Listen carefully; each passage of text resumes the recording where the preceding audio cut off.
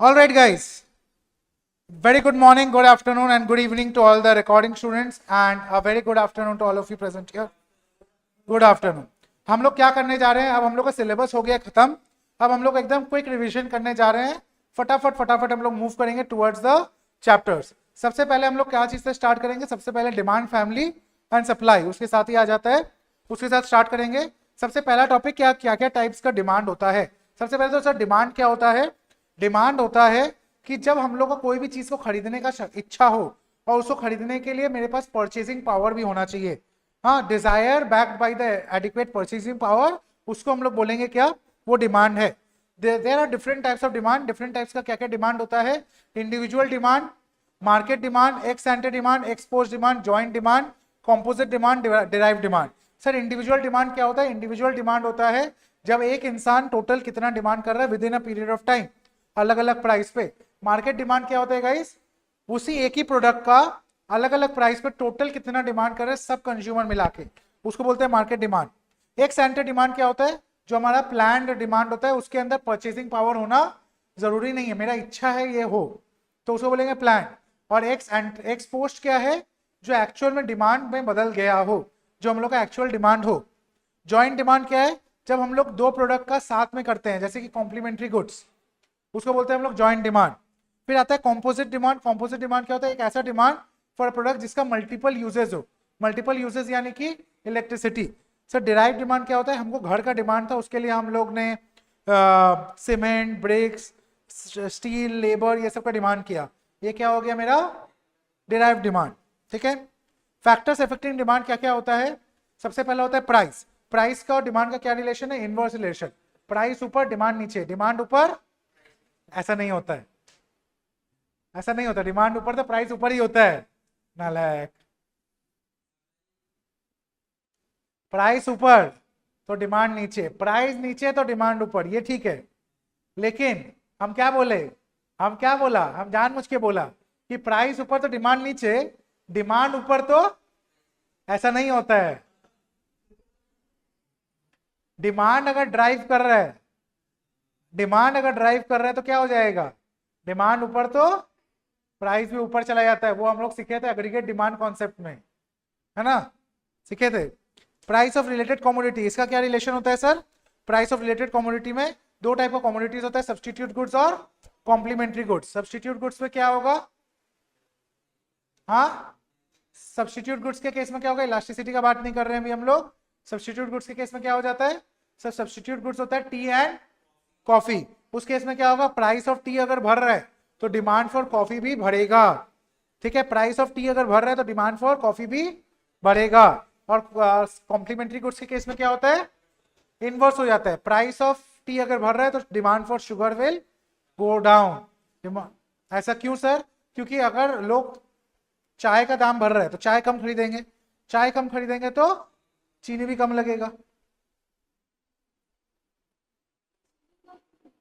क्योंकि चाय में चीनी गिरता है ना, कॉम्प्लीमेंट है वो। चाय का प्राइस बढ़ेगा तो बिस्कुट का भी डिमांड कमेगा, क्योंकि चाय पीते हैं तभी बिस्कुट लेते हैं। लो ना, तुम्हारा मर्जी, तब फिर पढ़ाई छोड़ देते हैं। एग्जाम्पल देंगे ही नहीं आपसे। हाँ, ऐसे भी तो ले सकते हैं। कार और पेट्रोल का डिमांड घटेगा। हाँ, तुम बोलोगे सर ऐसे भी पेट्रोल पी सकते हैं, पियो। हाँ, तुम्हारा मर्जी। हो सकता है किसी किसी का खुराक अलग है। अभी देख रहे थे, एक तो रील आया हुआ था, डीजल में पराठा बनाता है 30 साल से। देखे हो? इंस्टाग्राम देखा करो, तब तो पता चलेगा डीजल में पराठा तलता है। ठीक है। इनकम ऑफ द कंज्यूमर का जब बात होगा तो तीन टाइप का गुड्स का बात होगा, नॉर्मल गुड्स, इंफीरियर गुड्स और इनएक्सपेंसिव गुड्स।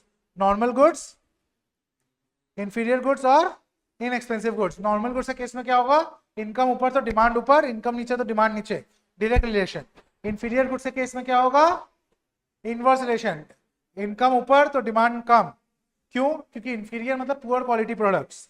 हम लोग के पास पैसा आएगा तो हम लोग अच्छा क्वालिटी का गुड्स लेंगे, है ना, तो इनकम ऊपर तो डिमांड नीचे, एंड वाइस वर्सा। और इनएक्सपेंसिव गुड्स के केस में इनकम बढ़े या घटे हम लोग को कोई फर्क नहीं पड़ता किस चीज से, डिमांड में कोई फर्क नहीं पड़ता इनकम से, ठीक है, क्लियर है। फिर आ जाते हैं अदर फैक्टर्स में, और क्या क्या था, और क्या अदर फैक्टर्स था बताओ। हाँ, टेस्ट एंड प्रेफरेंस में क्या केस था, टेस्ट एंड प्रेफरेंस के केस में ये था सर कि जब इंसान का फेवरेबल चेंज आता है टेस्ट एंड प्रेफरेंस में तो वो डिमांड बढ़ाता है, और अगर अनफेवरेबल चेंज होता है तो वो डिमांड कम करता है, वेरी सिंपल। अब हम लोग चलते हैं, अगला टॉपिक क्या था, law of demand. Law of demand क्या बोलता है, the law of demand states that whatever factors we did just now, है ना, other factors other than price, factors other than price remaining constant, अगर price of a commodity rises the demand falls, and when the demand falls the demand price falls the demand rises, repeating again, keeping all the other factors constant, इसको बोलते हैं हम लोग Latin term में ceteris paribus, keeping all the other factors constant, अगर क्या हो रहा है, प्राइस ऊपर तो डिमांड नीचे, प्राइस नीचे तो डिमांड ऊपर, ठीक है। सर ये जो फैक्टर काम कर रहा है ये क्यों ऐसा करता है, why is the demand curve downward sloping, why is the demand curve downward sloping, बताएगा कोई, हाँ, और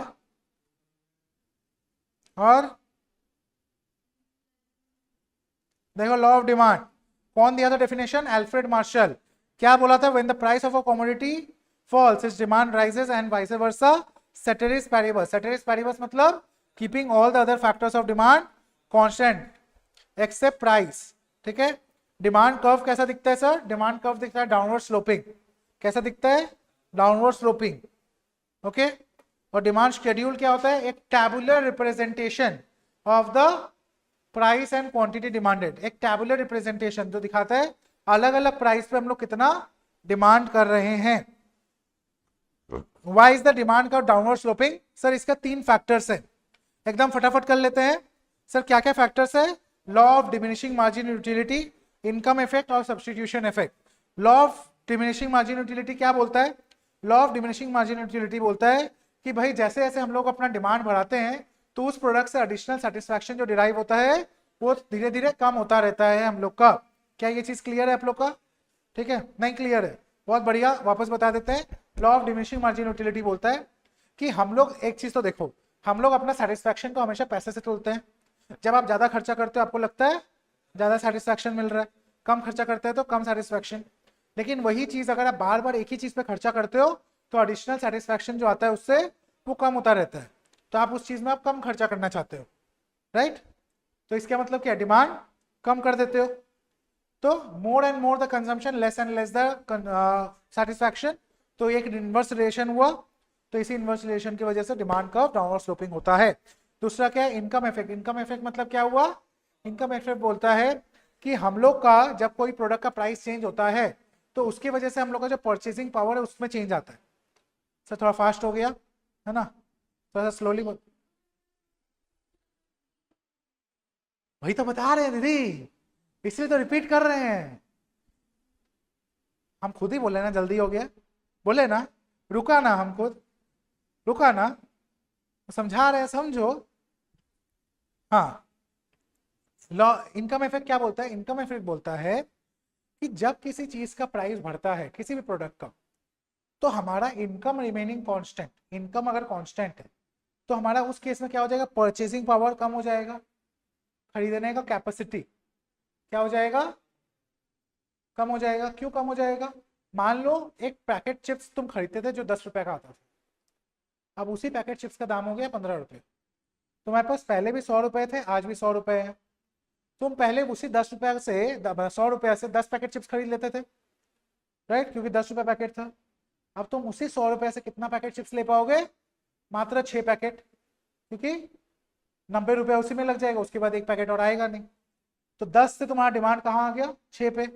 तो प्राइस बढ़ने से डिमांड क्यों कम हुआ, रीजन क्या है, प्राइस बढ़ा डिमांड कमा, बट क्यों, रीजन क्या है, रीजन है कि हमारा इनकम परचेसिंग पावर कम हो गया, परचेसिंग पावर कम हो गया, यानी कि रियल इनकम घट गया, रियल इनकम घट गया, प्राइस बढ़ने से रियल इनकम घट जाता है, यानी कि परचेसिंग पावर कम हो जाता है। क्लियर। सब्स्टिट्यूशन इफेक्ट क्या होता है, सब्स्टिट्यूशन इफेक्ट बोलता है कि जब कभी भी हमारा कोई भी प्रोडक्ट का प्राइस में इंक्रीज आता है तो हम लोग क्या करते हैं, हम लोग तुरंत देखते हैं कि इसके बदले क्या, अगर ये प्रोडक्ट नहीं तो दूसरा प्रोडक्ट क्या अवेलेबल है, तो हम लोग उसको सब्सटीट्यूट करने को देखते हैं। That is known as substitution effect. ठीक है, प्राइस बढ़ने से ही करते हैं, नहीं तो दिमाग नहीं लगाते। अगर एक प्रोडक्ट हम लोग खरीदते रहते हैं और उसका प्राइस सेम है तो क्यों ही दिमाग लगाना, है कि नहीं।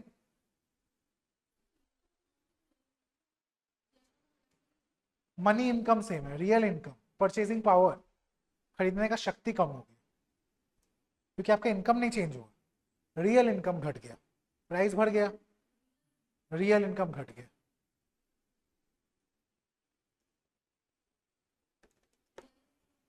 परचेजिंग पावर, परचेजिंग पावर मतलब खरीदने का शक्ति। जैसे आप 10 रुपए करके 10 पैकेट चिप्स खरीद रहे थे, तब 100 रुपए खर्च हो रहा था, तभी भी आपके पास 100 रुपए इनकम था, आज भी 100 रुपए ही इनकम है, बट अब वो 10 का प्रोडक्ट 15 का हो गया, तो ऑटोमेटिकली आपका खरीदने का कैपेसिटी कम हो गया। ये इनकम इफेक्ट। सब्सटीट्यूशन इफेक्ट क्या, जब आपके पास दूसरा प्रोडक्ट अवेलेबल है तो आप प्रोडक्ट को शिफ्ट कर देते हो। नहीं, इसलिए ना दोनों को मिला के प्राइस इफेक्ट बोलते हैं। इनकम इफेक्ट और सब्सटीट्यूशन इफेक्ट को मिला के हम लोग बोलते हैं price effect. Exceptions to the law of demand क्या क्या है, exceptions to the law of demand, सबसे पहला गिफन गुड्स। गिफन गुड्स क्या बोलता है, this was observed by sir Robert Giffen. हाँ, दिस वाज, उधर नहीं, पीछे आगे, इधर इधर है, रेगुलेटर के इधर वाला, राइट वाला। हाँ, ठीक है।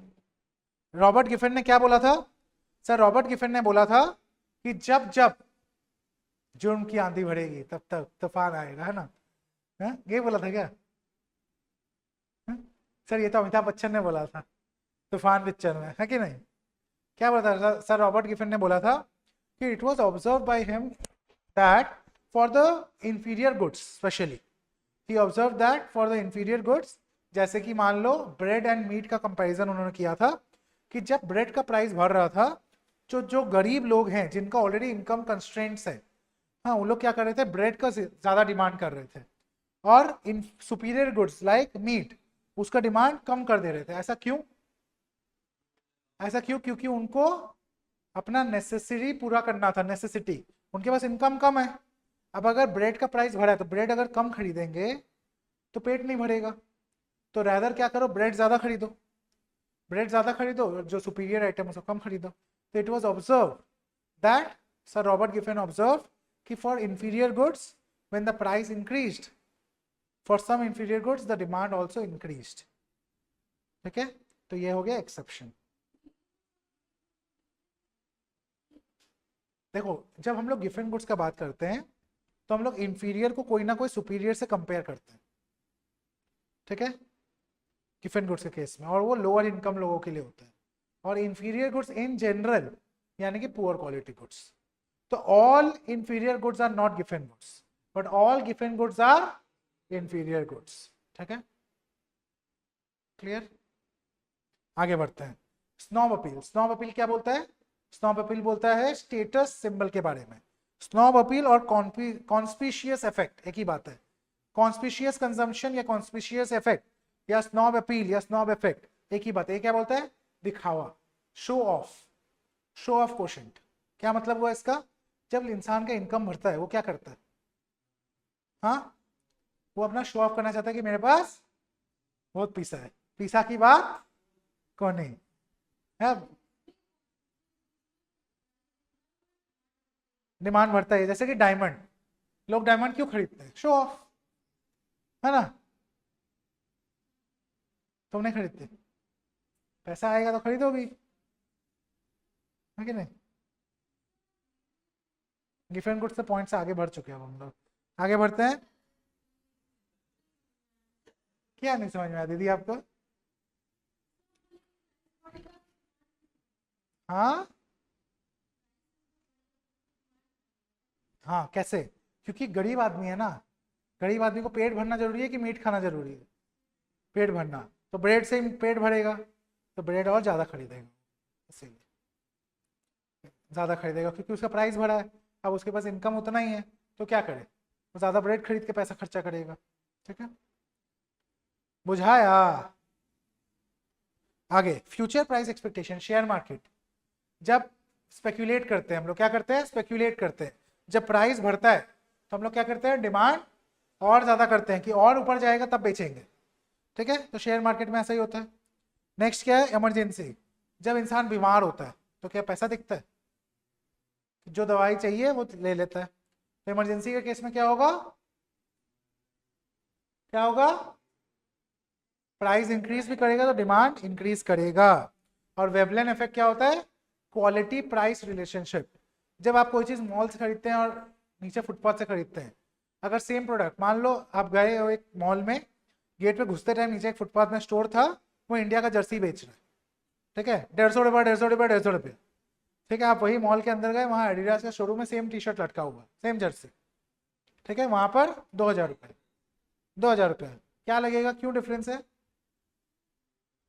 150 रुपये और 2000, क्यों डिफरेंस है, क्वालिटी।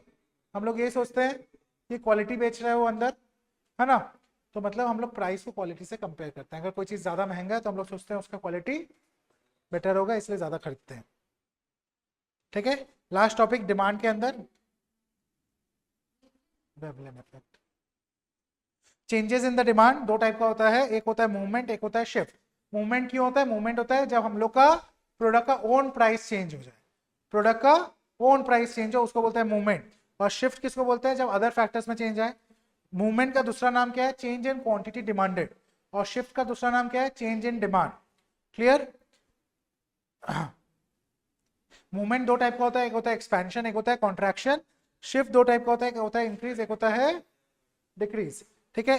एक्सपेंशन का मतलब क्या हो गया, एक्सपेंशन होता है डाउनवर्ड मूवमेंट, ठीक है। एक्सपेंशन क्या हो गया, डाउनवर्ड मूवमेंट। डाउनवर्ड मूवमेंट मतलब प्राइस बढ़ रहा है, सॉरी प्राइस घट रहा है, डिमांड बढ़ रहा है, उसको बोलेंगे डाउनवर्ड मूवमेंट, ठीक है। और कॉन्ट्रैक्शन को क्या बोलेंगे, अपवर्ड मूवमेंट। क्या बोलेंगे, अपवर्ड मूवमेंट, प्राइस बढ़ रहा है, डिमांड घट रहा है, तो कर्व ऊपर की तरफ जा रहा है। क्लियर। शिफ्ट दो टाइप का होता है, इंक्रीज और डिक्रीज। इंक्रीज के केस में क्या होता है, राइटवर्ड शिफ्ट, और डिक्रीज के केस में लेफ्टवर्ड शिफ्ट होता है। क्लियर, यहां तक क्लियर हो गया। नेक्स्ट चलेंगे इलास्टिसिटी ऑफ डिमांड में। इलास्टिसिटी का मतलब क्या हो गया, सर प्राइस के बदलने से, या प्राइस नहीं, किसी भी फैक्टर ऑफ डिमांड के बदलने से उसका क्वांटिटी कितना रिस्पॉन्ड कर रहा है, उसको बोलते हैं हम लोग इलास्टिसिटी। अभी तक जो हम लोग डिमांड चैप्टर में पढ़े वो क्या था, क्वालिटेटिव अप्रोच। जो इलास्टिसिटी में पढ़ते हैं उसको बोलते हैं हम लोग क्वांटिटेटिव अप्रोच। यहां पर हम लोग मेजर करेंगे कितना बदल रहा है। हम लोग अभी तक बात की कि प्राइस बदलने से डिमांड बदलता है, बट कितना, अब हम लोग उसका बात करेंगे। तुम लोग का सिलेबस में 3 टाइप का इलास्टिसिटी दिया हुआ है, क्या क्या, प्राइस इलास्टिसिटी, इनकम इलास्टिसिटी और क्रॉस प्राइस इलास्टिसिटी। 3 हेड्स है, क्या क्या, प्राइस, इनकम और क्रॉस प्राइस। प्राइस इलास्टिसिटी क्या बोलता है, अगर प्रोडक्ट का प्राइस बदल रहा है उसके वजह से डिमांड में क्या चेंज आएगा, उसको बोलते हैं प्राइस इलास्टिसिटी। इनकम इलास्टिसिटी क्या बोलता है कि अगर कंज्यूमर का इनकम बदल रहा है तो क्वांटिटी डिमांड में क्या चेंज आएगा। और लास्टली क्रॉस प्राइस क्या बोलता है, हाँ करेक्ट, अगर प्रोडक्ट हमारा सब्सटीट्यूट है या कॉम्प्लीमेंट्री है, तो अगर प्राइस ऑफ एक्स अगर बढ़ रहा है तो क्वांटिटी ऑफ वाई में क्या चेंज आएगा, और वाइस वर्सा, ठीक है। आगे बढ़ते हैं। प्राइस इलास्टिसिटी का फॉर्मूला क्या है, percentage change in quantity demanded by percentage change in price. बता रहे, आ रहे, अभी भी खाना खाया है ना, थोड़ा आराम आराम से आ रहे, सब बताएंगे। अभी तक कुछ नहीं छोड़े हैं, पूरा पिछला चैप्टर का डिमांड का कुछ छोड़े, सारा चीज करवा दिए, 15-20 मिनट लगा, सारा कवर्ड है। अभी इलास्टिसिटी भी कर दी, मैं हूं ना, किसका है ये तुमको टेंशन, सब करवा के जाएंगे, भाई आया है सब करा के जाएंगे, ठीक है, टेंशन नहीं लेने का। चलो सर, क्वेश्चन क्या था, क्वेश्चन था माइनस। तो ऐसा है कि प्राइस इलास्टिसिटी क्या बोलता है, प्राइस इलास्टिसिटी बोलता है कि डिमांड और प्राइस का एक इनवर्स रिलेशन है। अगर एक ऊपर तो दूसरा नीचे, तो इसका मतलब कि एक बढ़ेगा तो दूसरा घटेगा, तो माइनस साइन लगेगा ही लगेगा। तो प्राइस इलास्टिसिटी में हमेशा माइनस लगेगा। अगर क्वेश्चन में चारों ऑप्शन में माइनस नहीं है तो क्या करेंगे, जो सही आंसर है उसी को लगा देंगे, अज्यूमिंग कि माइनस है। अगर 4 ऑप्शन है, मान लो आंसर आया तुम्हारा इलास्टिसिटी का 2.5 और ऑप्शन में -2.5 भी है, 2.5 भी है, क्या चूज करोगे, -2.5।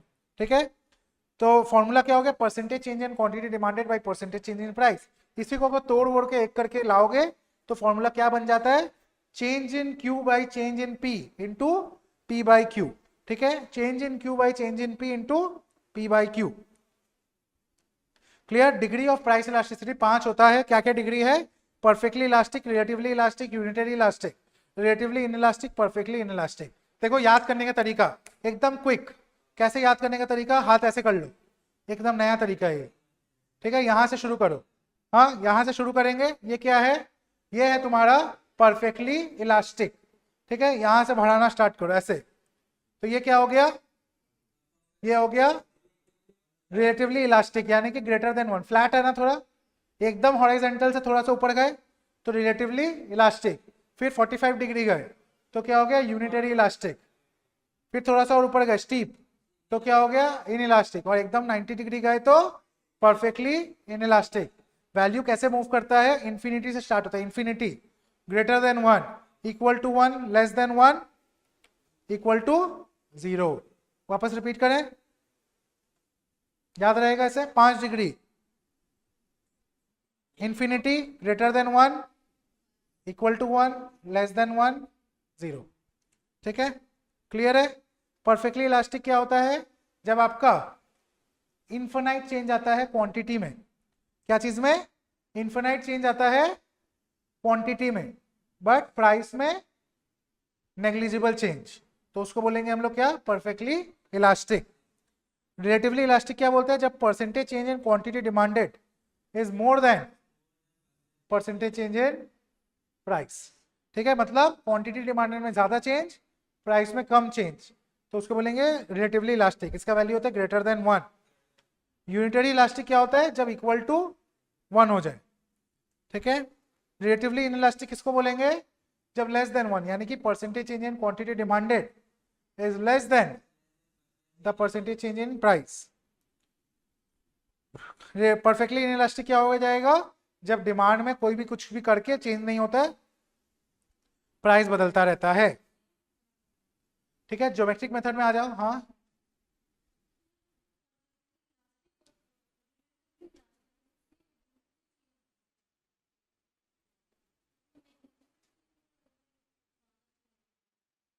कहना क्या चाहते हैं, क्या नहीं समझे इसमें। परफेक्टली इलास्टिक मतलब प्राइस में नो चेंज, नेग्लिजिबल मतलब नो। ठीक है, और क्वांटिटी में बहुत ज्यादा चेंज।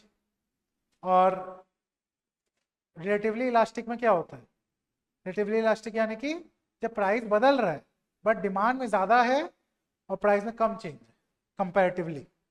मान लो प्राइस में चेंज हुआ 10%, क्वांटिटी में चेंज हुआ 20%, वैसे डिमांड ज्यादा चेंज है तो इलास्टिक ही ना, एक परफेक्टली इलास्टिक है, एक रिलेटिवली इलास्टिक है, तो सेम टाइप तो होगा ही। ठीक है, ज्योमेट्रिक मेथड में पांचों चीज एक ही लाइन में आ जाता है। क्या लाइन, एक ज्योमेट्रिक लाइन होता है joining the X and the Y axis, इसी के अंदर पांचों चीज कवर हो जाता है। क्या करते हैं हम लोग इसमें, ज्योमेट्रिक मेथड, इसमें क्या हो जाएगा सर, हम लोग को पॉइंट्स देखना होता है at the Y axis. At the Y axis जो पॉइंट है, पॉइंट नंबर ए, उस पर होता है इंफिनिटी। मिडिल में आता है पॉइंट सी, यानी कि यूनिटरी। नीचे eight the point x axis, at the point x axis यानी कि एकदम पॉइंट एक्स एक्सिस पे क्या हो जाएगा, इक्वल टू 0। ठीक है, और मिडिल और नीचे के बीच में जो आता है वो होगा लेस देन 1, और मिडिल और टॉप के बीच में जो आता है उसको बोलेंगे ग्रेटर देन 1। ठीक है, ये 5 डिग्री ऑफ इलास्टिसिटी है। क्लियर हो गया,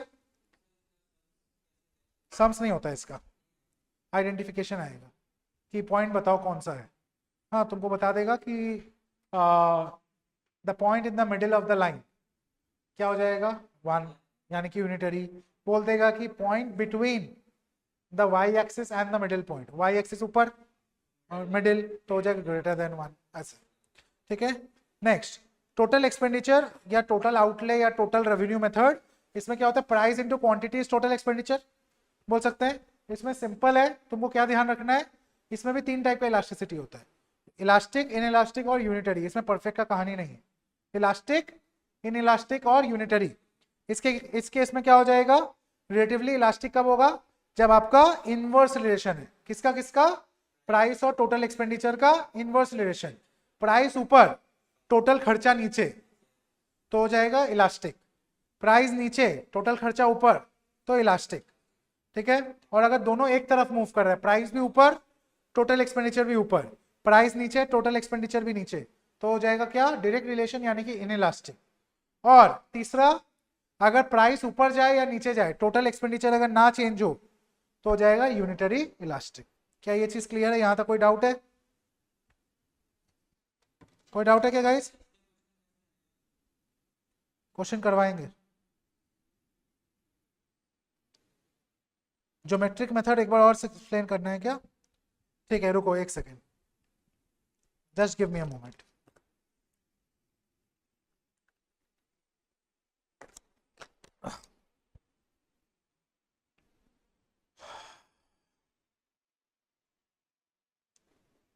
ओके, ज्योमेट्रिक मेथड एक बार समझा देते हैं। ज्योमेट्रिक मेथड में ना एक स्ट्रेट लाइन होता है, उसी वही स्ट्रेट लाइन एक्स एक्सिस और वाई एक्सिस को टच करते हैं, उसके अंदर ही हम लोग पांचों पॉइंट ऑफ इलास्टिसिटी देख सकते हैं। स्टार्ट होता है एकदम टॉप से, जो वाई एक्सिस को टच करता है उसको बोलेंगे परफेक्टली इलास्टिक। ठीक है, हम लोग का फॉर्मूला क्या है, lower segment by upper segment. Lower segment by upper segment में क्या होगा, लोअर में पूरा आ जा रहा है ए ई, ठीक है, और डिवाइडेड बाई ऊपर में कुछ नहीं है पॉइंट ए पे, तो हो जाएगा infinite. Anything divided by zero is infinite, तो वो क्या हो जाएगा, परफेक्टली इलास्टिक। ठीक है, फिर आ जाते हैं हम लोग रिलेटिवली इलास्टिक, फिर आ जाएंगे कहाँ, रिलेटिवली इलास्टिक में। रिलेटिवली इलास्टिक क्या हो जाता है, lower segment by upper segment. Lower segment में क्या आ जा रहा है, BE divided by A B,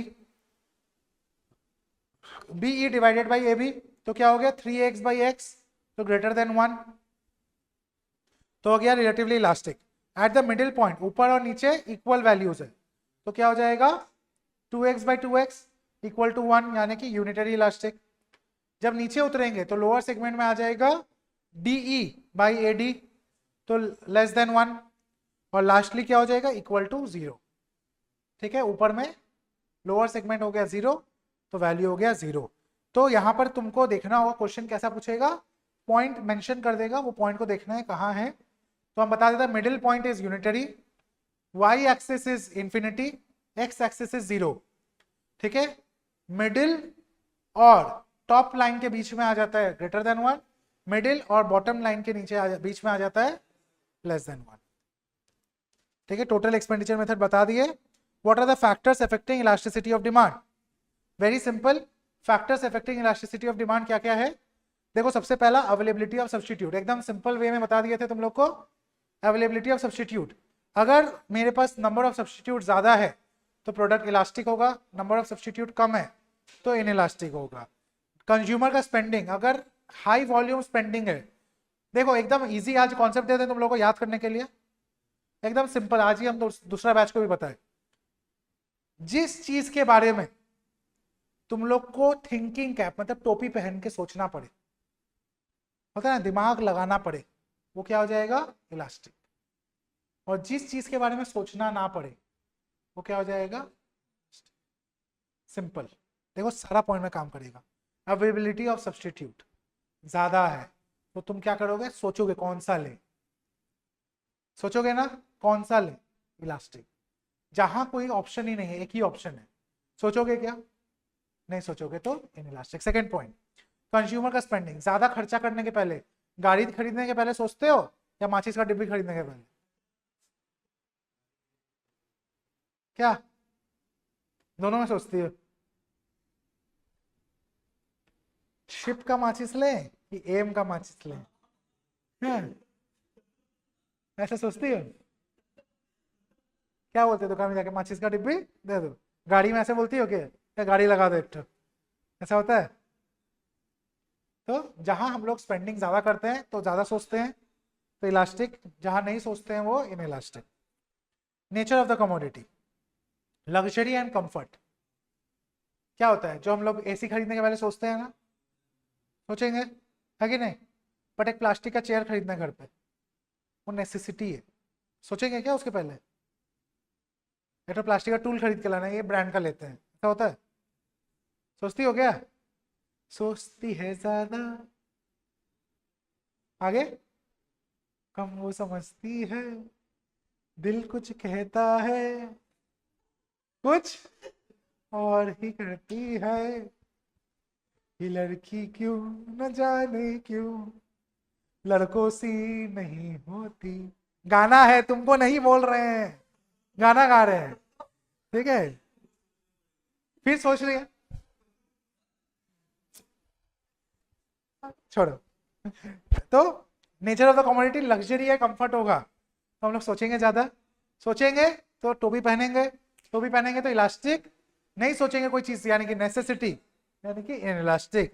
number of uses, जिस चीज का ज्यादा यूज होता है, घर पे लाइट चालू छोड़ दो पता चलेगा, जब क्लास के लिए निकले हो पंखा चालू रह गया है मम्मी फोन करके बोलेगी, हाँ शर्म वरम है कि नहीं?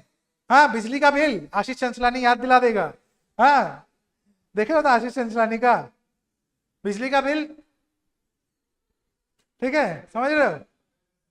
हाँ तो नंबर ऑफ यूजेस अगर ज्यादा है तो हम लोग सोचते ज्यादा है, ये नहीं करते हैं वो नहीं करते हैं, गर्मी के टाइम पे भी रहते हुए पसीना आ रहा है फिर भी एसी नहीं चलाते हैं, है ना? तो क्या हो गया, नंबर ऑफ यूजेस ज्यादा है तो इलास्टिक, कम है तो in elastic. Time period, time period अगर किसी चीज को हम लोग लंबा समय के लिए खरीदते हैं, ड्यूरेबल प्रोडक्ट्स, तो सोच समझ के खरीदते हैं, हाँ तो इलास्टिक। और अगर एक बार खा रहे हैं, पुचका खा रहे हैं, ज्यादा सोचते हो, खा लो बस, तो इन इलास्टिक। नेक्स्ट कंज्यूमर का habit, habit is always in elastic, always. Price range, जो चीज मिडिल प्राइस का होता है ना हम लोग सोच समझ के लेते हैं, जो एक्सट्रीम प्राइस होता है एकदम बहुत महंगा या बहुत सस्ता, जो 70 लाख का गाड़ी खरीद सकते हैं, 1 करोड़ का गाड़ी खरीद सकता है, उसके लिए 1,05,000 भी कोई, 1,05,00,000 भी कोई बड़ा बात नहीं है। जो 1 करोड़ का गाड़ी खरीद रहा है, वो गाड़ी अगर 5 लाख बढ़ भी जाए तो फर्क पड़ेगा उसको? नहीं फर्क पड़ेगा। और जो 1 रुपये का माचिस का डिब्बी ले रहा है उसका 2 रुपया भी हो जाए, कोई फर्क पड़ेगा? नहीं फर्क पड़ेगा, है ना? समझ रहे हो? तो प्राइस अगर एक्सट्रीम है तो इन इलास्टिक, नहीं दिमाग लगाते। बट अगर प्राइस मॉडरेट है, बीच का प्राइस का है, तो सोच समझ के लेते हैं इलास्टिक। तो इसके बाद आ जाते हैं इनकम इलास्टिसिटी। इनकम इलास्टिसिटी का फॉर्मूला क्या है? Change in quantity demanded, percentage change in quantity demanded by percentage change in income of the consumer. इसके अंदर में भी हम लोग का 3 चीज देखेंगे हम लोग, normal goods, inferior goods, necessity goods. याद कर लो, नेसेसिटी गुड्स के केस में हमेशा इलास्टिसिटी इज 0, ठीक है? नॉर्मल गुड्स के केस में क्या हो जाएगा? नॉर्मल गुड्स के केस में पॉजिटिव रिलेशन होता है, इंफीरियर गुड्स के केस में नेगेटिव रिलेशन होता है। पॉजिटिव नेगेटिव कुछ भी हो, लेकिन हम लोग के यहाँ पर इलास्टिसिटी 3 टाइप का होता है। एक होता है इलास्टिक, इन इलास्टिक या यूनिटरी, ठीक है? देख लो इसको, अगर फोटो खींचना खींच लो किसी को भी, ये हम नया बैच में करवाया आज ही। हाँ क्या है? इनकम ऑफ द कंज्यूमर है, इसके अंदर में नॉर्मल गुड्स आता है, इंफीरियर गुड्स आता है और नेसेसिटी गुड्स आता है। नेसेसिटी के केस में क्या हो जाएगा? Value is always 0। Normal goods का आंसर हमेशा पॉजिटिव होगा, इंफीरियर गुड्स का आंसर हमेशा नेगेटिव होगा। क्लियर? इसके अंदर में भी इलास्टिक हो सकता है, इनइलास्टिक हो सकता है और यूनिटरी हो सकता है। अगर आंसर पॉजिटिव में आया और ग्रेटर देन 1 आया तो इलास्टिक, पॉजिटिव आया बट लेस देन 1 आया तो इनइलास्टिक, पॉजिटिव आके 1 आया तो यूनिटरी नॉर्मल गुड्स, नेगेटिव आके ग्रेटर देन 1 आया मतलब -2.5, -1.8, तो क्या हो जाएगा? Inferior goods having elastic demand. क्या बोलेंगे? Inferior good having elastic demand. अगर -0.8 आया तो क्या हो जाएगा? Inferior good having in elastic demand. 0.8 है, -0.8 बोला हम, ठीक है? प्लस है, पॉजिटिव मतलब प्लस, नेगेटिव मतलब माइनस।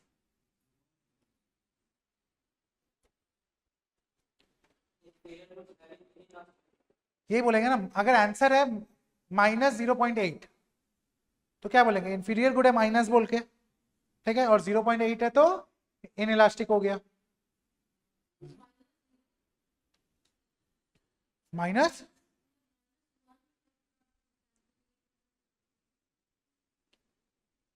वापस बताते हैं, शुरू से शुरू करते हैं। अगर आंसर आता है 0, 0 में प्लस या माइनस कुछ नहीं होता तो हो जाएगा नेसेसिटी गुड्स, ठीक है। अगर आंसर कुछ भी आ रहा हो बट प्लस में आ रहा है, प्लस मतलब पॉजिटिव रिलेशन, इनकम भी बढ़ा है डिमांड भी बढ़ा है, तो पॉजिटिव है ना। पॉजिटिव कब बोलते हैं, इनकम भी बढ़ा है डिमांड भी बढ़ा है, तो नॉर्मल गुड्स है। और आंसर देखेंगे, प्लस साइन का काम हो गया। प्लस साइन किस लिए काम आया, नॉर्मल गुड्स है कि इंफीरियर है ये बताने के लिए, तो प्लस है तो नॉर्मल गुड्स हो गया। अब आंसर देखो, आंसर क्या है 0.6, तो 0.6 लेस देन 1 है कि ग्रेटर देन 1 है, लेस देन 1, तो इनइलास्टिक। अगर आ गया प्लस 1.7 तो plus sign is for normal goods और 1.7 यानी कि इलास्टिक, ग्रेटर देन 1। अब आ जाता है दूसरा एग्जांपल, माइनस 0.7, तो minus sign is for inferior goods, ठीक है, इंफीरियर हो गया, और 0.7 is for inelastic, less than 1, तो बोल देंगे inferior good having inelastic demand. अगर आंसर आया माइनस 1.8 तो क्या हो जाएगा, inferior goods having elastic demand. Clear.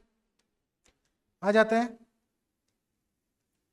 Cross elasticity of demand में, यहां पर भी तीन चीज, सब्सटीट्यूट गुड्स, कॉम्प्लीमेंट्री गुड्स और अनरिलेटेड गुड्स। अनरिलेटेड गुड्स का हमेशा वैल्यू होगा 0, हमेशा 0। सब्सटीट्यूट गुड्स के केस में क्या होगा, पॉजिटिव रिलेशन, और कॉम्प्लीमेंट्री केस में क्या होगा, नेगेटिव रिलेशन, ठीक है। पॉजिटिव रिलेशन यानी कि प्लस साइन, नेगेटिव यानी कि नेगेटिव साइन। अगर प्लस 1.5 है तो क्या बोलेंगे, plus is for substitute goods, और 1.5 यानी कि ग्रेटर देन 1 तो इलास्टिक। प्लस 0.8 है तो क्या बोलेंगे, substitute goods having inelastic demand. Clear. Minus है तो कॉम्प्लीमेंट्री गुड्स, फिर वैल्यू देख लो, ग्रेटर देन 1 है तो इलास्टिक, लेस देन 1 है तो इनइलास्टिक, इक्वल टू 1 है तो यूनिटरी। चैप्टर यहां पर फिनिश। फॉर्मूला क्या था क्रॉस इलास्टिसिटी का, percentage change in quantity demanded of good X by percentage change in price of good Y. अगर ये कब है, जब एक्स वाई दिया हुआ है, देखो ई एक्स वाई, क्वेश्चन ऐसा दे देता है कंफ्यूज करने के लिए, ई एक्स वाई है तो एक्स ऊपर वाई नीचे, ई वाई एक्स होगा तो वाई ऊपर एक्स नीचे, तो यहां पर ये खत्म होता है क्या, डिमांड और इलास्टिसिटी ऑफ डिमांड फिनिश, ठीक है। अब हम लोग चलेंगे किसमें, आर की इलास्टिसिटी बेकार है, पढ़ लेना खुद से।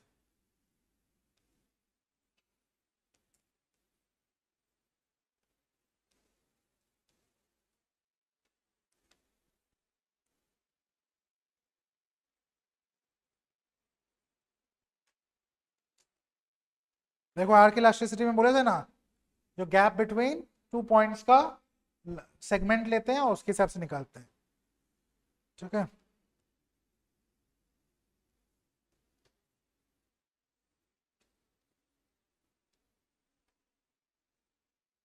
कोई डाउट्स ऑनलाइन, कोई डाउट, प्रशांत कोई डाउट है क्या, नो डाउट्स।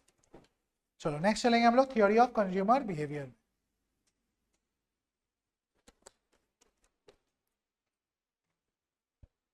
कितना देर लगा रिवीजन में, बहुत पढ़ा दिया यार, 40 मिनट लग गया, 4 क्लास 40 मिनट में। दीदी समझ में आया,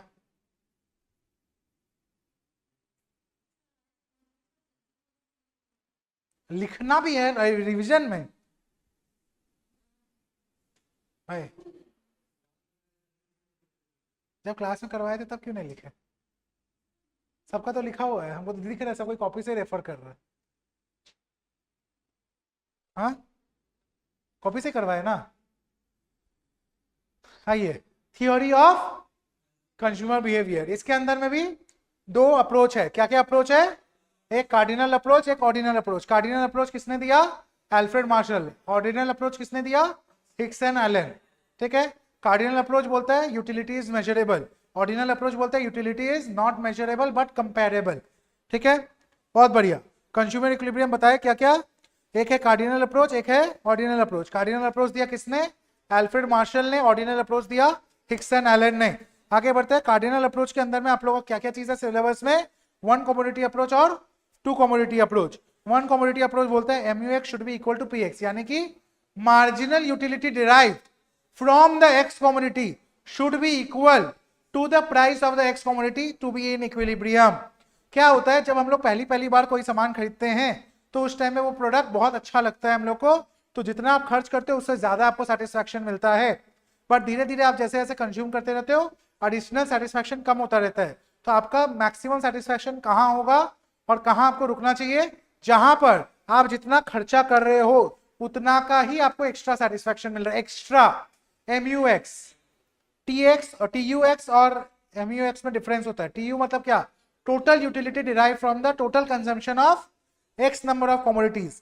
MUX क्या है, MUX है additional satisfaction derive from the consumption of one extra unit of a commodity. Two commodity approach क्या बोलता है, टू कमोडिटी अप्रोच के अंदर आते हैं हम लोग law of equi marginal utility पढ़ते हैं। ये क्या बोलता है, ये बोलता है कि MUX by PX should be equal to MUY by PY should be equal to MU of the rupee। यानी कि लास्ट रुपया तक आप जब स्पेंड करोगे तो दो कमोडिटी अगर खरीद रहे हो उनका जो रेशियो है वो इक्वल होना चाहिए। दोनों नहीं समझे, आप पढ़े हैं इसको, सेल्फ स्टडी किए थे और तब डाउट था, तब तो नहीं पूछा। हम डाउट नहीं लिए हैं, मैसेज करती हो तो भी डाउट का आंसर देते हैं, नंबर भी दिया हुआ है। हाँ, सारा गलती मेरा है, सारा का सारा गलती मेरा है। हाँ, किसका मैसेज आया है और रिप्लाई नहीं दिया मेरे को बता, तो हम तो नंबर भी दे रखे हैं। हाँ, एग्जाम के लिए छुट्टी लिए थे तब डाउट आया था, उसके बाद डाउट भूल गए। अरे कहना क्या चाहती हो, तुमको नहीं समझ में आया, चलो ठीक है। हम लोग जो यूटिलिटी मेजर करते हैं उसका दो तरीका है, एक कार्डिनल अप्रोच, एक ऑर्डिनल अप्रोच। कार्डिनल अप्रोच बोलता है कि यूटिलिटी मेजरेबल है। किसने बोला, एल्फ्रेड मार्शल ने बोला। उसके अंदर में दो अप्रोच है, एक है वन कमोडिटी अप्रोच, एक है two commodity approach. One commodity approach क्या बोलता है, वन कमोडिटी अप्रोच बोलता है ऐसा कुछ। वन कमोडिटी अप्रोच बोलता है कि आप कहां पर जाके इक्विलिब्रियम करोगे, कहां पर इक्विलिब्रियम होगा, जहां पर MUX should be equal to PX। यानी कि आप कंज्यूम करते जाओ, आप कहां जाके रुको, जहां पर आप जितना खर्च कर रहे हो ना उतना ही सेटिस्फैक्शन आपको मिल रहा है। तो देखो, जैसे मान लो हम लोग 300 रुपए का प्रोडक्ट खरीद रहे थे, पहले खरीदे तो 800 जैसे सेटिस्फैक्शन मिला, फिर 700 वाला मिला, फिर 500 वाला मिला, फिर जाके हमको 300 वाला मिला। तो 4 यूनिट पे जाके हम रुक जाएंगे, क्यों, उस पॉइंट पे हम फुल्ली सेटिस्फाइड है कि अब हम जितना खर्चा कर रहे हैं हमको उतना ही सेटिस्फैक्शन एक्स्ट्रा डिराइव हो रहा है। क्लियर अभी, MUX is equal to PX, ठीक है। और दूसरा अप्रोच क्या है, दूसरा है two commodity approach. Two commodity approach क्या बोलता है, टू कमोडिटी अप्रोच बोलता है MUX by PX should be equal to MUY by PY। मतलब एक रेशियो निकाल लो, marginal utility derived from X commodity divided by price of X commodity should be equal to the marginal utility of Y commodity by price of Y commodity, and lastly it should also match your budget.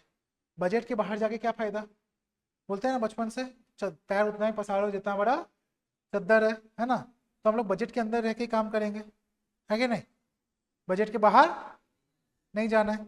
तो उसको कैसे करेंगे, पहला step है कि इसको पूरा करो, MUX by PX should B MUY by PY। इसको पूरा करो, कैसे करेंगे, यूनिट्स दिया हुआ है, MUX दिया हुआ है, MUY दिया हुआ है और प्राइस भी दिया हुआ है। रेशियो निकाल लो, रेशियो निकाले MUX by PX का तो 10, 9, 8, 7, 6, 5, 4, 3 ऐसे आया। कैसे रेशियो निकाले, MUX divided by PX, PX दिया हुआ है 5, MUX है 50 पहले, तो 50 बाई 5 10, फिर 45 बाई 5 9, ऐसे करके निकाले रेशियो, ठीक है। और फिर निकाले MUY बाई PY, तो इसका रेशियो निकाल लिए। तो MUX बाई PX और MUY बाई PY कहाँ कहाँ इक्वल हो रहा है देख लो, जहां जहां ये इक्वल हो रहा है मतलब दोनों कमोडिटी से मेरे को इक्वल सेटिस्फैक्शन आ रहा है, ये बताते हैं। इक्वल मतलब क्या, इसका रेशियो इज इक्वल टू दूसरा का रेशियो, यानी कि दोनों को कंज्यूम करके सेम सेटिस्फैक्शन मिल रहा है।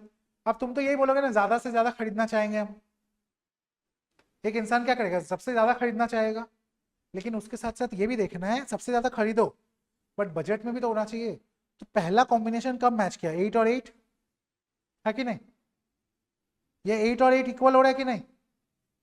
तो ये 8 और 8 जब इक्वल हो रहा है तो हम लोग x का 3 कमोडिटी ले रहे हैं और y का 1। तो x का 3 के लिए कितना खर्चा होता है, 3 इंटू 5 15, और y का 1 के लिए 10 रुपया, तो 25 रुपया। बजट कितना था, बजट था 40 रुपया। तो क्या अभी भी बजट बचा है, बजट अभी भी बचा, आगे बढ़ेंगे।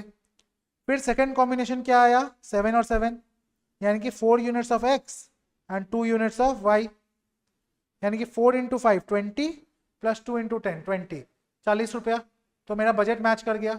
लेकिन इंसान तो इंसान रहेगा, वो रुकेगा तो नहीं, वो क्या करेगा, 1 BHK से 2 BHK देखा पर 3 BHK भी एक बार देख के जरूर आएगा, मतलब आगे बढ़ के देखेगा। तो आगे गया तो 55 रुपया खर्चा हो जा रहा है औकात के बाहर। ठीक है, उसका डायलॉग है भुवन बाम का, आज मैं औकात के बाहर जाने वाला हूँ। ठीक है, वो वाला उसका एक तो वेब सीरीज आया था ना इसमें, हाँ ताजा खबर, हाँ आज मैं औकात के बाहर जाने वाला, बस वही। ठीक है, तो जाके देखा तो देखा सही में बाहर है, तो वापस आ गया। हाँ, और 40 में आके रुक गया, यानी कि 4 units of x and 2 units of y is the equilibrium. ठीक है,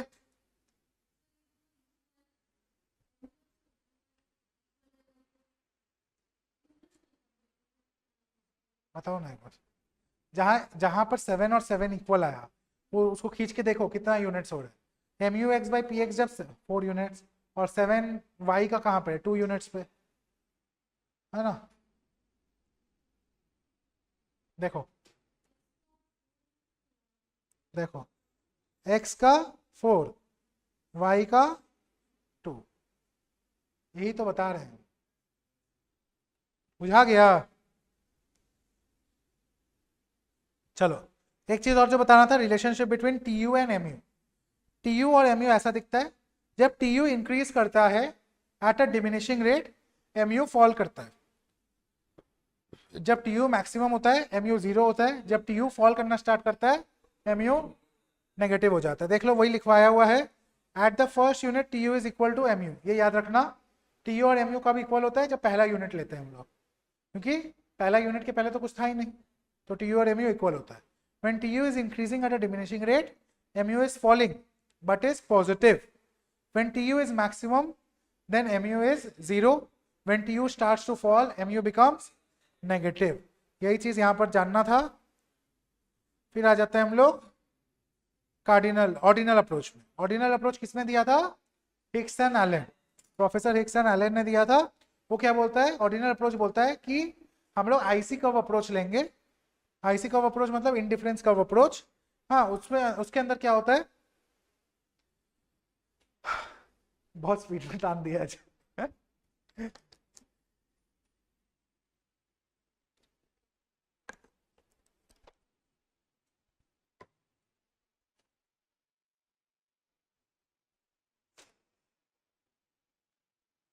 अरे इसके पहले वाला भी बहुत लंबा था, आज क्लास शुरू करें। और ऊपर से 3 दिन से फीवर था, 2 ढाई ऐसे, 2 2 3 3 गोली। सोच रहे हम सोता है 6 घंटा एवरेज, लास्ट 2 दिन से हम 11 से 12 घंटा सोया है ऑन एन एवरेज। हाँ हाँ है, आज घर जाके वो सब एटलीस्ट बैठ के है, खड़ा होके नहीं, बैठ के। हाँ, ऑर्डिनल अप्रोच क्या बोलता है, ऑर्डिनल अप्रोच बोलता है हम लोग क्या करेंगे ना, कंपैरेटिव स्टडी करेंगे किसका, बजट लाइन और आईसी कर्व का। आईसी कर्व क्या होता है, इंडिफरेंस कर्व। इंडिफरेंस कर्व क्या बताता है, इंडिफरेंस कर्व बताता है एक ऐसा लाइन या ऐसा कर्व जिस कर्व का तुम किसी भी पॉइंट को टच कर लो, उस कर्व, एक पर्टिकुलर कर्व का किसी भी पॉइंट को तुम टच करो, वो आपको इक्वल सेटिस्फैक्शन देगा। ठीक है, क्या करेगा, each IC curve shows an individual level of satisfaction. तो higher the IC curve, higher the satisfaction. Lower the IC curve, lower the satisfaction. Two IC curves cannot intersect each other. Convex होता है IC curve to the origin. क्यों होता है convex? क्योंकि कुछ पाने के लिए कुछ खोना जरूरी है। क्योंकि अगर आप एक प्रोडक्ट को बढ़ाओगे तो दूसरा को आप घटाओगे, तो कुछ अगर आप पा रहे हो तो कुछ खो भी रहे हो। इसका कॉन्सेप्ट कहां से आता है, इसका कॉन्सेप्ट आता है MRS। MRS मतलब marginal rate of substitution. MRS क्या बोलता है? एमआरएस बोलता है MRS is always decreasing in nature. ठीक है, MRS is always decreasing in nature. इसका मतलब क्यों ऐसा? सर स्टार्टिंग में क्या होता है, अगर एक प्रोडक्ट बहुत ज्यादा है दूसरा कम है तो आप ज्यादा सैक्रिफाइस करने के लिए रेडी रहते हो, तो आप एक दूसरा के लिए दूसरा का बहुत सारा सैक्रिफाइस करते हो। यानी कि मान लो 4:1, 4 सैक्रिफाइस करोगे तो एक दूसरा मिलेगा। बट धीरे धीरे क्या होता है, आपको दोनों प्रोडक्ट ही चाहिए तो आप धीरे धीरे कम सैक्रिफाइस करते हो। इसकी वजह से वो स्ट्रेट लाइन नहीं है। अगर इक्वल सैक्रिफाइस होता, अगर x को बढ़ाने के लिए y को घटाना है और दोनों इक्वल सैक्रिफाइस होता तो स्ट्रेट लाइन हो जाता ना, क्योंकि एक बढ़ रहा है दूसरा घट रहा है तो इक्वली। लेकिन कॉन्वेक्स क्यों है? क्योंकि एक को अगर बढ़ाना है दूसरा को घटाएंगे, बट हो सकता है हम लोग सैक्रिफाइस करने के लिए कम तैयार है। इनिशियली हम लोग ज्यादा सैक्रिफाइस करते हैं और जैसे जैसे हम लोग मिडिल की तरफ जाते हैं तो हम लोग कम सैक्रिफाइस करना चाहते हैं। ये चीज समझ में आया आप लोग को? बुझाया? MRS, marginal rate of substitution. It says that the more and more you want for one single commodity, the other commodity sacrifice keeps on decreasing. आप जो sacrifice करोगे वो धीरे धीरे कम करेंगे आप sacrifice। क्या ये बुझाया विशाल? क्लियर? आपको समझ में आया?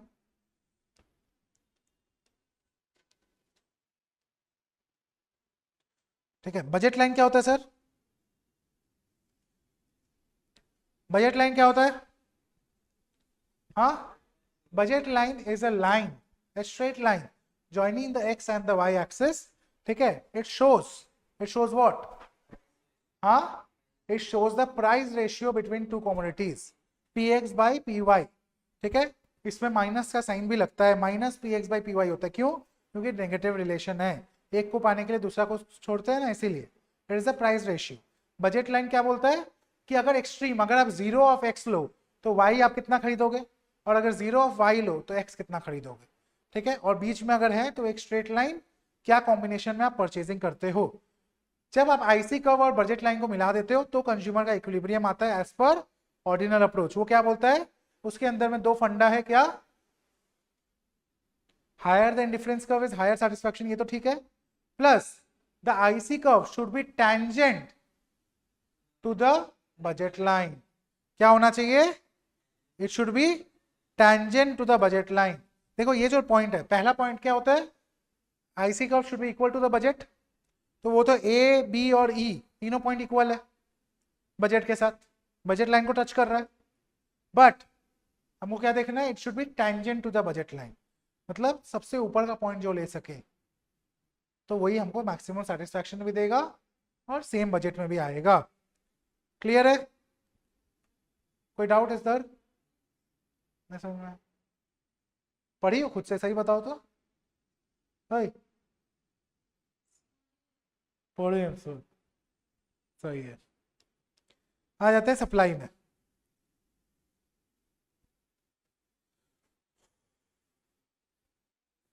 टेन, 9, 8। हाँ बोलो बोलो।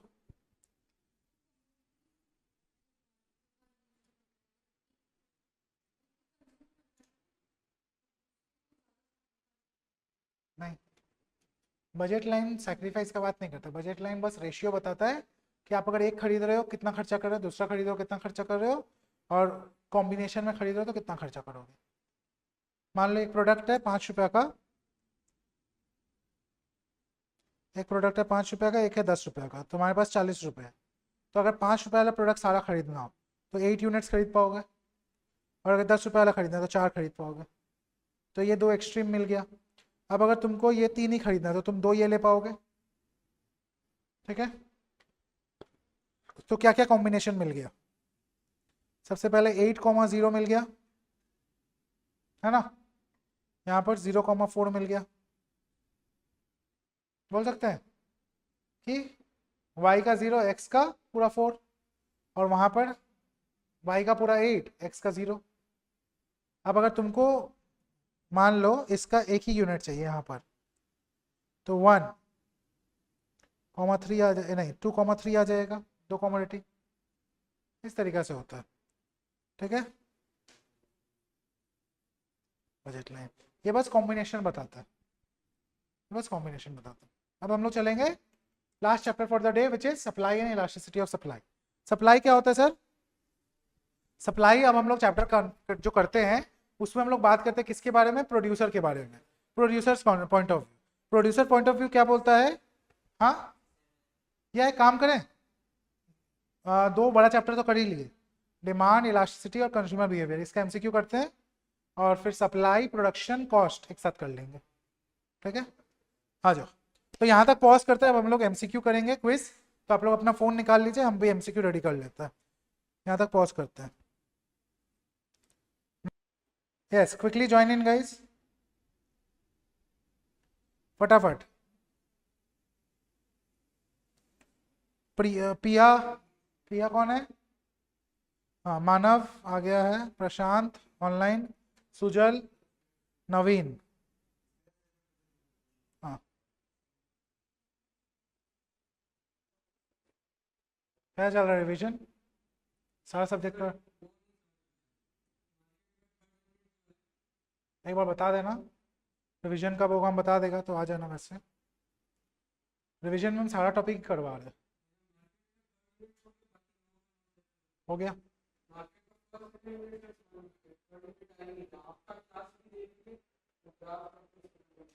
कोई बात नहीं, करवा देगा। एक बार कौन, हमको ऐसे यूनिट वाइज याद नहीं है ना, एक बार बता देगा तो ठीक रहेगा। बुक से दिखा देना कौन सा, करवा देंगे।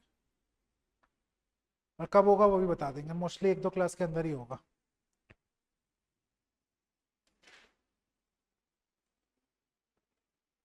कर लिया ज्वाइन। हाँ, joinmyquiz.com देखो लिखा हुआ है ना, join my quiz, no space, joinmyquiz.com।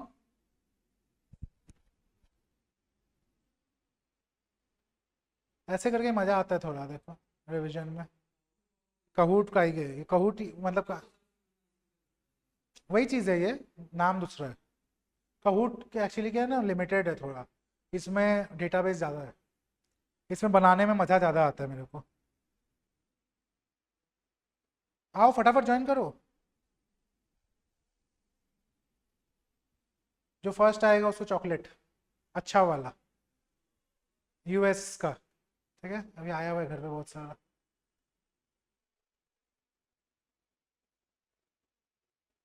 बढ़िया है ना तुम लोग के लिए। फर्स्ट वाला पिछला बैच में आज हुआ कोई लोग का भी, न्यू बैच में भी।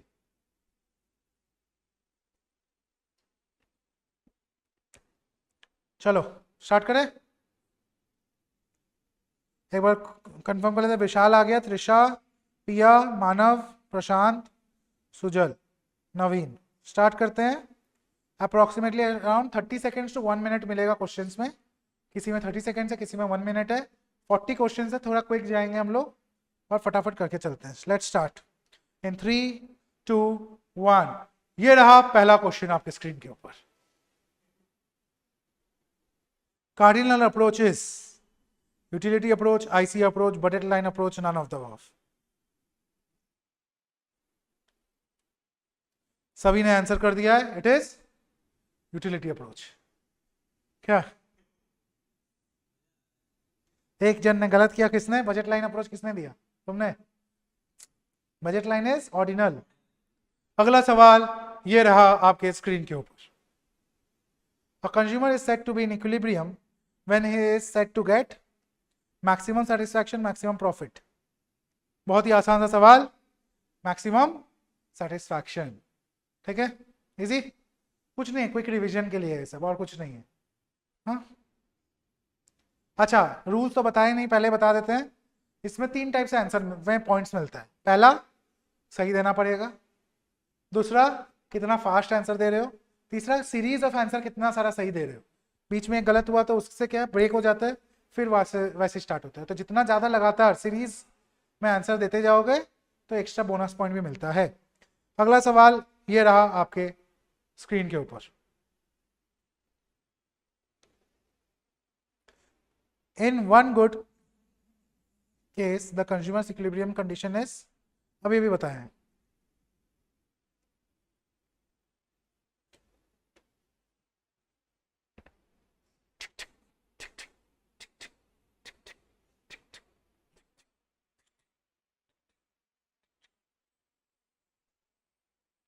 देख रहे हो विनोद कैसे समय वेस्ट किया जा रहा है।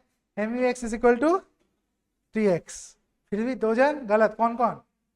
एक और एक, कौन गलत किया? सही है प्रशांत, गलत किए हो क्या? अगला सवाल, चलो बात करने का टाइम नहीं है, फटाफट आगे बढ़ते हैं। Salt has in elastic demand, elastic demand. Sir इतना आसान आसान वार्म अप चल रहा है, 40 क्वेश्चन है।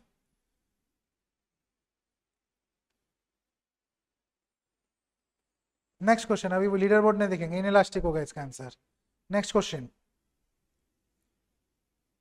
For a consumer to be in equilibrium according to the IC method, IC यानी कि इंडिफरेंस अप्रोच, अभी अभी बताए हैं।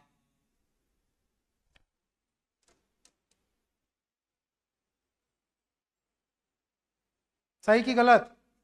सही गलत अभी अभी बताया था, तुम था नहीं ना क्लास में। अभी जोर जोर से चिल्ला चिल्ला के बताए थे कॉन्वेक्स। कौन कॉन्केव किया यहाँ से? अच्छा तुम भी कॉन्केव किया। Which of the following leads to shift in the demand curve, इनमें से किसके वजह से शिफ्ट होता है डिमांड कर्व में?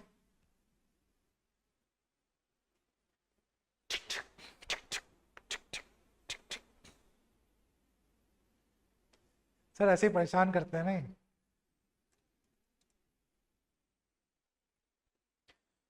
चार जन का सही, 3 जन का गलत। अगला सवाल,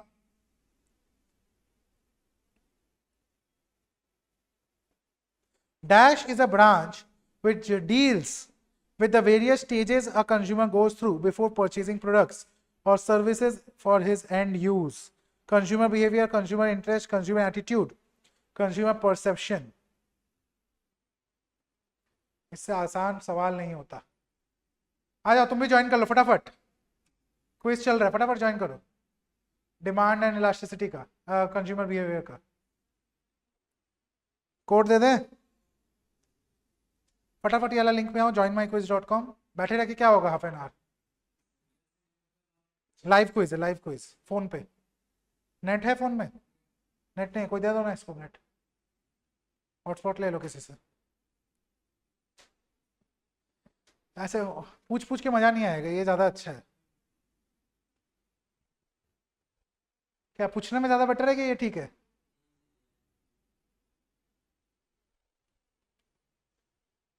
किसी का खेला हुआ है ऐसे लाइव क्विज क्लास में पहले? तुम्हारा तो कहूट खेला हुआ है, ठीक है। और हाँ हाँ, किसी और प्लेटफॉर्म ऐसे लाइव क्विज खेला है ऐसे पढ़ाई से रिलेटेड? हाँ खेला हुआ पहले, मजा आता है। अच्छा हो गया ज्वाइन। वो होता है कहूट, उसमें लेकिन ना थोड़ा डिफिकल्टी होता है उसमें। क्या? हाँ हाँ, ये मेरे को सबसे ज़्यादा यूज़र फ्रेंडली लगा। इसमें अगर हम अवेलेबल नहीं भी है ना तो भी हम गेम खिला सकते हैं। हाँ इसी थोड़ा ठंडा हो गया ज़्यादा।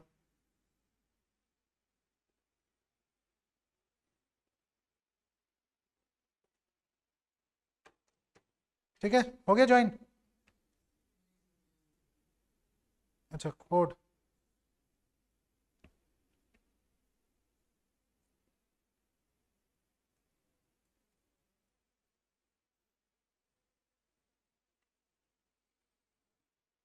हम तो बहुत क्विज ऑर्गेनाइज किया। एक और था मेरे पास जिसमें टीम्स के हिसाब से होता है, ठीक है। और उसमें question you have to choose, ऐसे ब्लॉक्स रहता है। ब्लॉक्स में यू हैव टू चूज कि तुमको 100 पॉइंट्स का ब्लॉक चूज करना है, 200, 300, 400 पॉइंट्स। टाई ब्रेकर वगैरह करवाते थे, बहुत किए हैं सब। लॉकडाउन में सब करते थे। हो गया ज्वाइन, नाम डालो, दिखाएगा मेरे को हो जाने से। हो गया, चलो नेक्स्ट क्वेश्चन।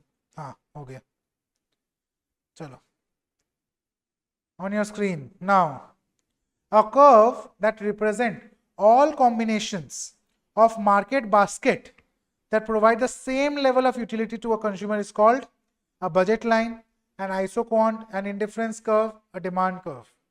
क्या बोल रहे हैं, curve that represent all combination of market basket that provide the same level of utility to a consumer is called. यहां पर कीवर्ड क्या है, same level of utility. Time up. तो यहां क्या हो जाएगा, इंडिफरेंस कर्व। ठीक है, आईसी कर्व करवाए थे अभी अभी। ठीक है, next question.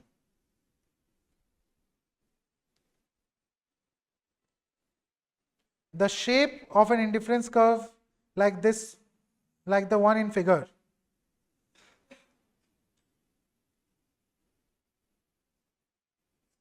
Good question.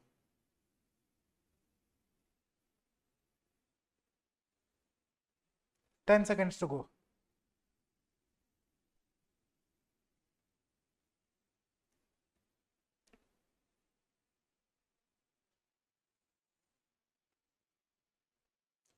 Time up. देखते हैं इसका सवाल का जवाब किसी ने सही दिया, एक जन ने दिया। Violates the assumption that more is preferred to less. अभी अभी हम बताए थे ना, कुछ पाने के लिए कुछ खोना पड़ेगा, लेकिन अपवर्ड स्लोपिंग अगर है कर्व, तो अपवर्ड स्लोपिंग क्या करता है, वो लॉ को वायलेट कर देता है, राइट। तो वायलेट्स कि आपको लेस करना पड़ेगा ना कंजम्पशन, अगर आपको दूसरा बढ़ाना है। ये कर्व क्या दिखा रहा है, ये जो डायग्राम है, ये डायग्राम क्या दिखा रहा है कि दोनों ही ज्यादा हो रहे हैं, ऊपर जा रहे हैं ना, मोर क्लोथिंग एंड मोर फूड, ऐसा तो नहीं होता, तो it is violating. Next question देखो, ये सबसे थोड़ा और कॉन्सेप्ट क्लियर ही होगा। ठीक है, the figure depicts the individual demand of the only three consumers in the market for good X. After construction the market demand curve, we determine that quantity, total quantity कितना हो रहा है।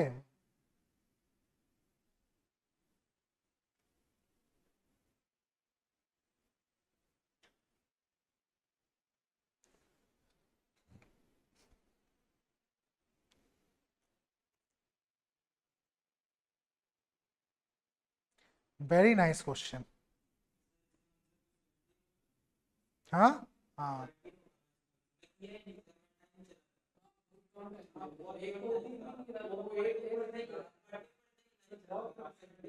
अच्छा इस question में टाइम कम लगा।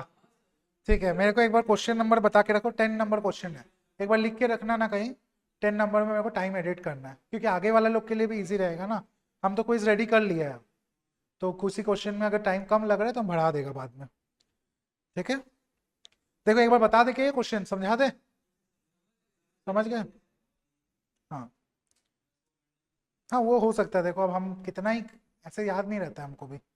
Next question, when demand is elastic and increase in price leads to, demand elastic है, price बढ़ेगा तो क्या होगा,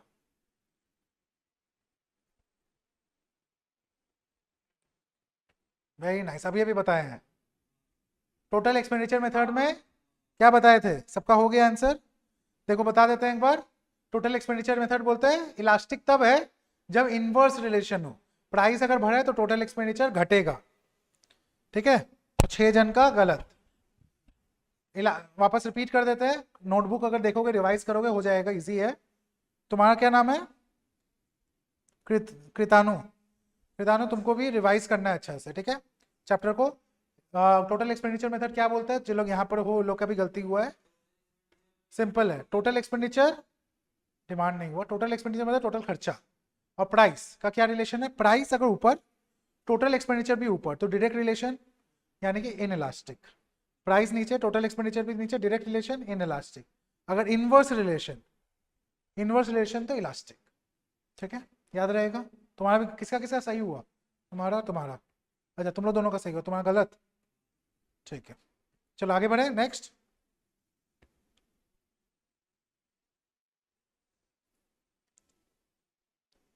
Suppose that elasticity of demand of socks is 0.7. If the price of socks is reduced by 10%, how will the sales be affected? Very nice question, 30 second बहुत है इसके लिए।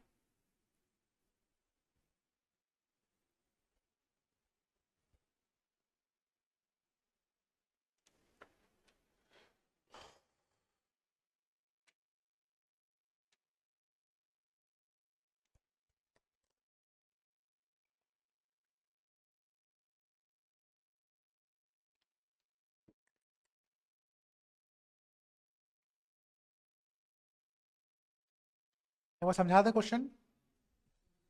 हाँ तुम्हारा सही है बोल के तुम समझ गया, बाकी लोगों को तो समझा देना। Suppose that the elasticity of demand of socks is 0.7। Elasticity of demand कितना है? 0.7। बोला है प्राइस इज रिड्यूस्ड बाय 10%, तो डिमांड बढ़ेगा, ये तो पक्का है, डिमांड बढ़ेगा, लेकिन 0.7 है ना, तो 0.7 है यानी कि इनइलास्टिक, यानी कि लेस देन 10% बढ़ेगा, बढ़ेगा बट लेस देन 10% बढ़ेगा। समझ गए? किसका किसका सही था? 2 जन का। गुड। Next question.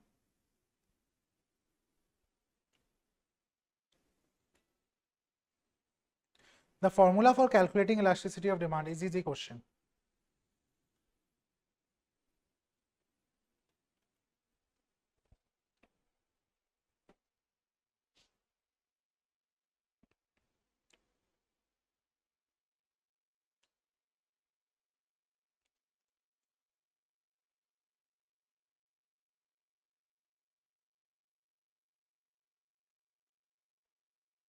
हो गया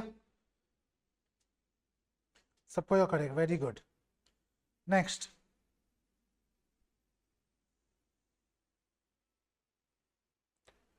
the elasticity of demand for tissue is 0.66. This means the demand for tissue is very easy question, 0.66 है, तो ध्यान से कर लो।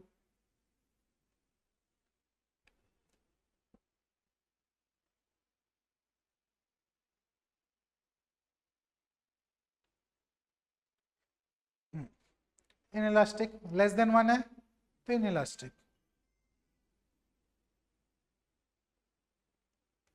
Next question.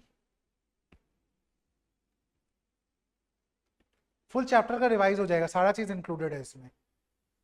The following is a factor that will not cause the demand curve to shift. इनमें से कौन सा ऐसा है जो शिफ्ट नहीं होने देगा डिमांड को? मूवमेंट हो सकता है, शिफ्ट नहीं होने देगा।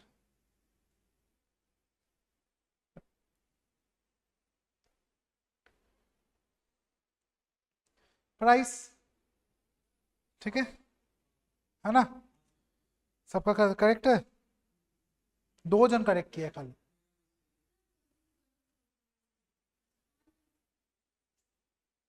सिर्फ 2 जन का करेक्ट है, प्राइस। ठीक है। नेक्स्ट, हम तो हिंट भी दे दिया जैसे में। Consuming more of one good because of a change in price of another good is known as. इससे आसान नहीं होगा कुछ, अभी अभी बताए थे, आज ही सारा चीज करवाए हैं सब हम।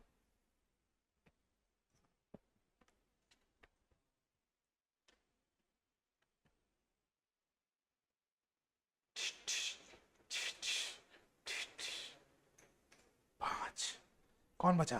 पिया पिया, ओ पिया पिया। हो गया सब्स्टिट्यूशन इफेक्ट, है ना? हम लोग एक चीज का प्रोडक्ट का प्राइस बढ़ता है तो दूसरा क्यों खरीदते हैं? सब्स्टिट्यूशन इफेक्ट की वजह से। दूसरा प्रोडक्ट खोजना इज सब्स्टिट्यूशन इफेक्ट। सबका सही, बहुत बढ़िया।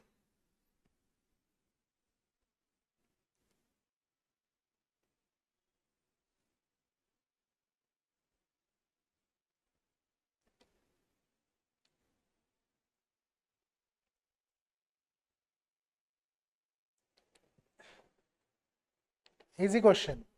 Which factor causes the demand curve to shift in the following situation? Bobby graduated from college and got a good job. So he decided to buy a new 2016 Passat. गाड़ी है गाड़ी, Volkswagen Passat. क्यों करेगा वो? Income बढ़ गया। Which factor? Income. हाँ तुम जा रही थी इनकम तक, बट खत्म हो गया टाइम, हो सकता है ऐसा। Next question.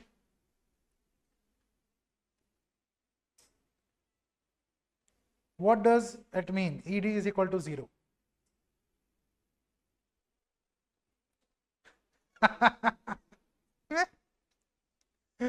जहां जितना इजी क्वेश्चन आता है ना, ED is equal to 0।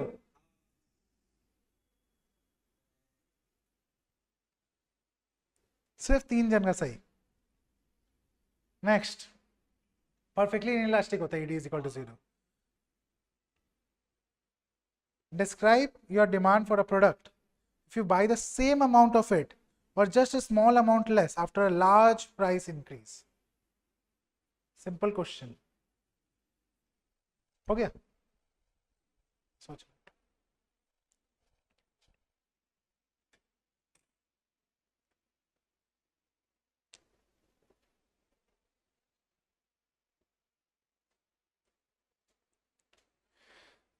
क्या होगा? इनइलास्टिक होगा, है ना, क्योंकि आप डिमांड को ज्यादा चेंज नहीं कर रहे हो, थोड़ा बहुत चेंज कर रहे हो या तो नहीं कर रहे हो.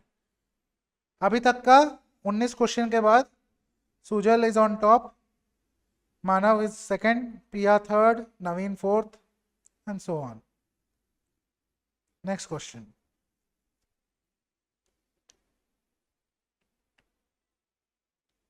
Sugar and honey are viewed as substitute for each other in many cooking applications. If the price of sugar rises, we would expect, क्या expected करेंगे?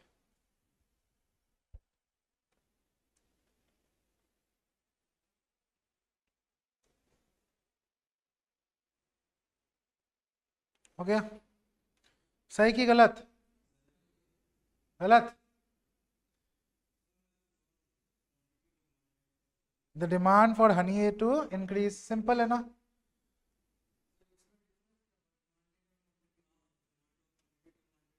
क्योंकि other factor quantity demanded is own price. करवाए थे, अभी करवाएंगे इस question को, हो जाने तो.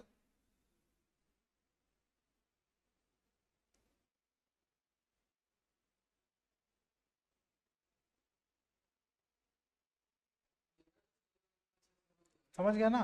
क्वांटिटी डिमांडेड बोलते हैं हम लोग जब मूवमेंट होता है, हाँ मूवमेंट, और चेंज इन डिमांड होता है शिफ्ट वाले में. इसीलिए ये सभी तो ट्रिक है ना, एमसीक्यू. अब देखो, कर तो तुम लोग सब कुछ ही लोगे, बट तुम लोग का जो मार्क्स में प्रॉब्लम आ रहा है यहाँ पर भी एग्जाम में, क्यों आ रहा है? क्योंकि जो रिलेटेड ऑप्शंस है ना, क्लोज ऑप्शंस, उसमें गड़बड़ कर देते हो. नेक्स्ट.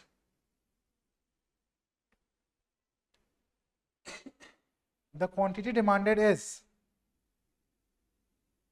simple question.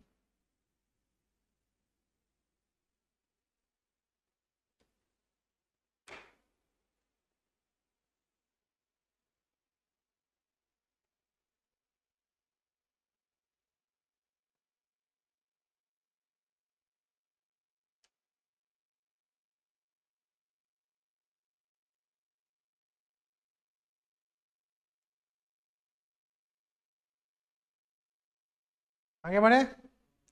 मानव ने टेक ओवर कर लिया है, हर क्वेश्चन के बाद लीडर बोर्ड बदलते हुए, ऊपर नीचे होते हुए. अभी अभी हम लोग किए थे, पिछला जो सेशन हुआ उसमें 18 क्वेश्चन, 19 क्वेश्चन तो एक जन टॉप में चला है, लास्ट क्वेश्चन में जाके बाजी पलट, फर्स्ट कोई और आया, इतना क्लोज चल रहा था.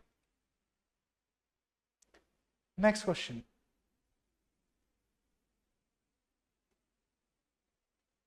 Normal goods are those goods for which demand decreases as the goods own price rises, the price of a complement falls, income decrease, the price of a substitute falls.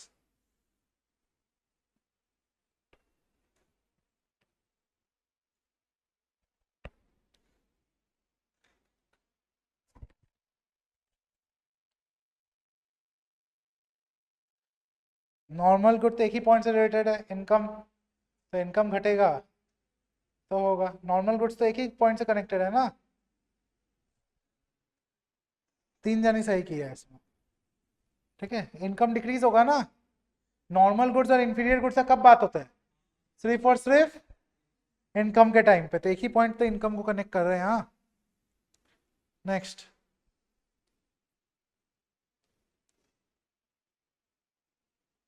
A change in the price of a good, a change in the price of the good. ध्यान से पढ़िए question और option देखिए.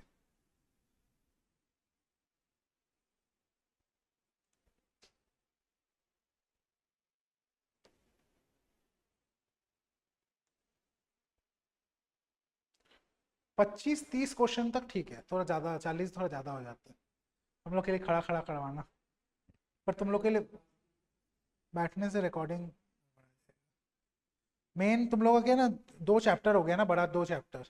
ऐसे तो 20-20 question का ही बनाते हैं, इसमें 2 चैप्टर कवर हो गए. सिंपल है ना, जब चेंज इन द प्राइस होता है तो वो शिफ्ट नहीं होता, मूवमेंट होता है।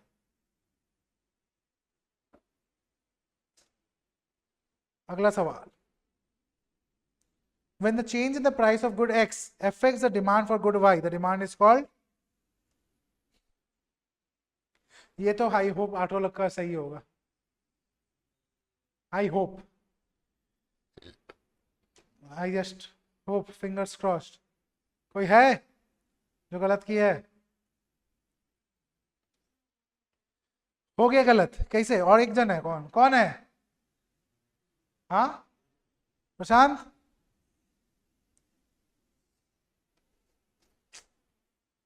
कितना नंबर क्वेश्चन था ये? 25। देखेंगे तो बाद में कौन कौन गलत किया। 25।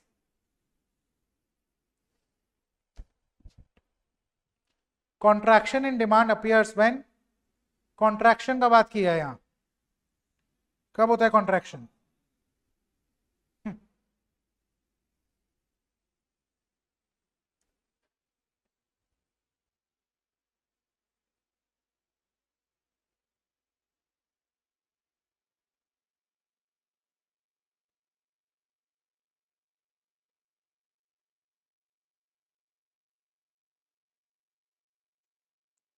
जब हम लोग का प्राइस इंक्रीज करता है। देखें, ऑटो का ऑटो सही है, very good. Next, when mu is negative tu,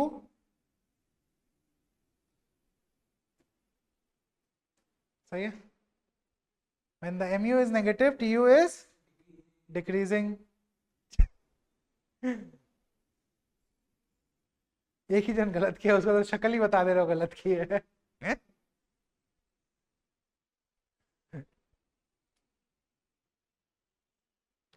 The slope of indifference curve is, the slope of indifference curve is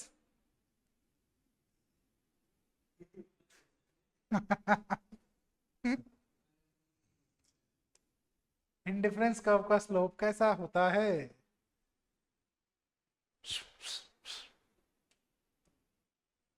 हो गया क्या? स्लोप क्या होता है? हाँ, it is dependent on what? किसी का ही सही नहीं हुआ, इट इज डिपेंड, हाँ हाँ, ऐसे जो होता है वो, उसे कॉन, पहला बात तो उसे कॉन्वेक्स बोलते हैं, कॉन्वेक्स टू द ओरिजिन। ठीक है, बता रहे, it is dependent on what? हाँ, किसकी वजह से वो होता है slope? Slope is dependent on what? Value क्या चीज पे डिपेंडेंट है, करवाए थे ना। स्लोप, स्लोप का वैल्यू क्या होता है? P X by P Y वाला कॉन्सेप्ट जो है, हाँ, एमआरएस के ऊपर। इसलिए बोलते हैं ना, तुम लोग जब थ्योरी पढ़ोगे देखना कि क्या बोला जाता है, MRS should be equal to the budget P X by P Y, P Y by P X बोलते हैं ना। P Y by P X क्या है? बजट लाइन का ये स्लोप, और इसका स्लोप क्या है? एमआरएस। हाँ, तो वो एमआरएस ही बोलते हैं उसको। स्लोप, स्लोप अगर यहाँ पर बता रहे हैं, अगर यहाँ स्लोप बोलता डाउनवर्ड स्लोपिंग, अगर ऑप्शन होता तो सही है। अगर ऑप्शन में होता downward sloping, that is the correct answer. Convex is the shape of the curve, it is not down, it is slope पूछा है, स्लोप का वैल्यू या तो दो, या तो उसका स्लोप क्या होता है, नीचे की तरफ जाता है वो। Convex is the shape of the curve. ठीक है, अभी समझ में आया? देखो, अभी सही और गलत से ज्यादा इंपॉर्टेंट क्या है, तुम लोग को ये क्वेश्चन अगर आ जाता है तो याद रहना चाहिए। तो स्लोप का वैल्यू क्या है? एमआरएस। बजट लाइन का स्लोप का वैल्यू क्या है? Minus P X by P Y. ठीक है, क्लियर? नेक्स्ट, तुम लोग का रिवीजन के लिए तो है ये चीज। Ordinal utility analysis was developed by, बहुत बार बता दिए, चीख चीख के गला छीन गया।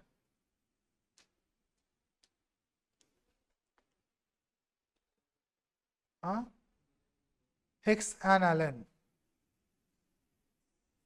कौन गलत किया रे? हाँ, तुम देखो भाई,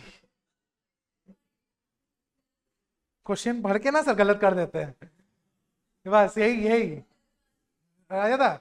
इसका जितना टेस्ट हुआ इसका मार्क्स बताइएगा तो मेरे को पिया का। क्वेश्चन पढ़ के गलत हो जाता है सर, आंसर पता है। Higher the indifference curve represent higher satisfaction, यही होगा ऑप्शन में, और क्या ऑप्शन। ओ अच्छा, एक जन का बचा था क्या, किसका बचा था रे? हमको लगा हो गया सबका, ये पॉइंट काउंट नहीं होगा तुम्हारा, एक फिर भी गलत किया, कौन तुम? अरे हायर मतलब हायर, लोअर मतलब लोअर, ठीक है।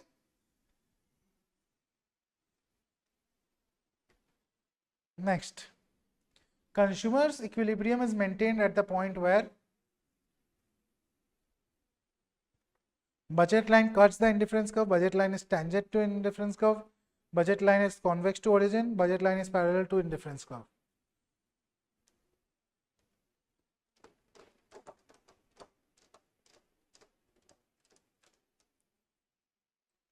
सही है, it is tangent to the indifference curve. 6 लोग का सही है। Next question,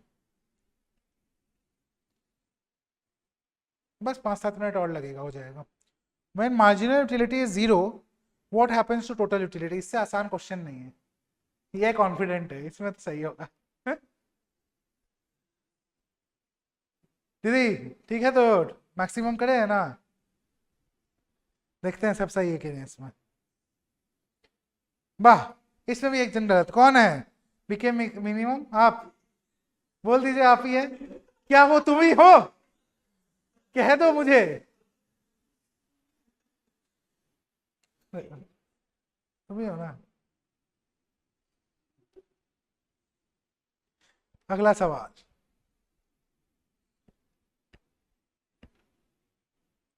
which of the shaded area in the diagrams below represents total utility? बहुत ही बढ़िया, वाह।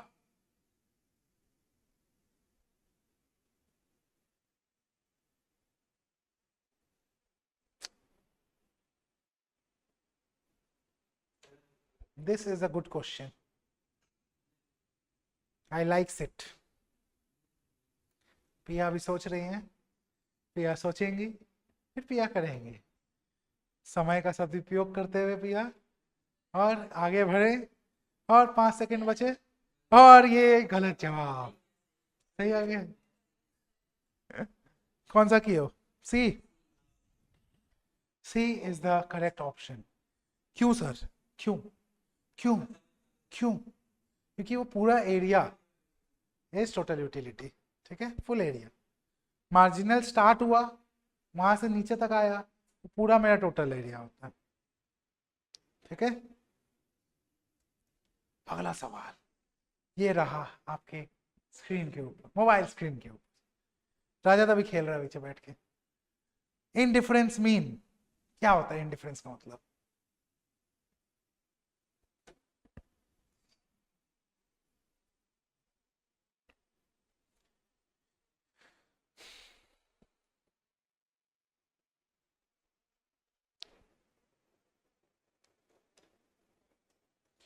क्या? इसमें भी इतना समय लगता है? इनडिफरेंस मतलब क्या? जब हम लोग भेदभाव नहीं करेंगे, मतलब both are preferred equally.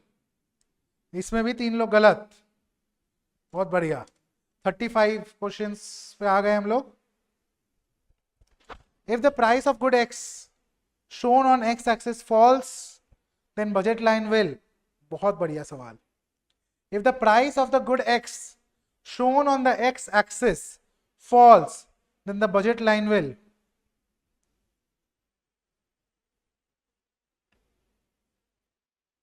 Very nice question. ये क्वेश्चन का हम आपको डायग्राम बना के दिखाएंगे अभी।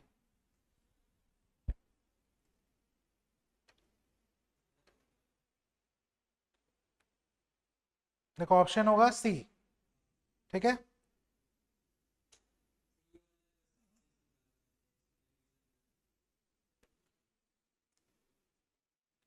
देखो इसमें क्या हुआ है, ये है, ये मान लो मेरा बजट लाइन था पहले, सॉरी,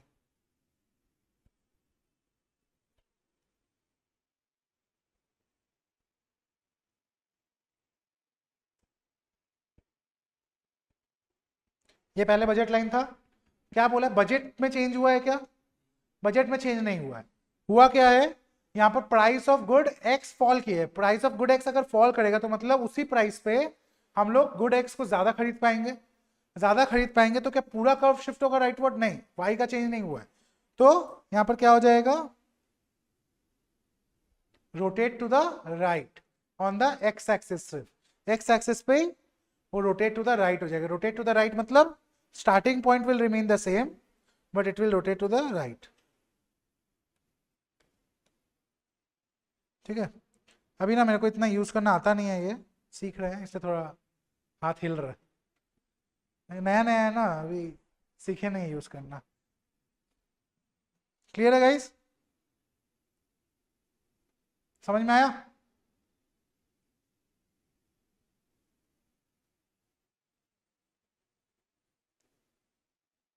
नेक्स्ट क्वेश्चन चले।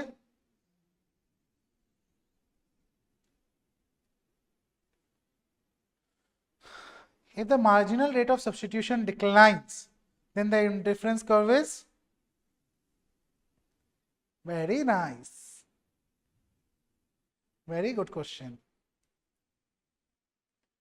त्रिशा सोच रही है और त्रिशा ने अभी तक जवाब दिया नहीं है। नहीं देना है? ऐसे छोड़ दोगी?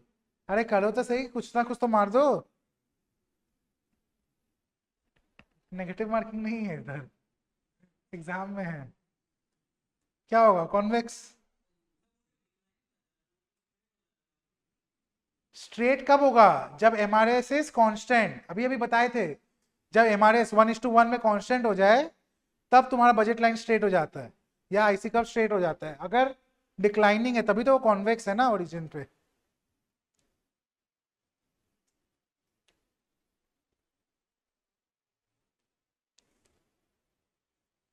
When a consumer consumes two goods X and Y, she will attain equilibrium when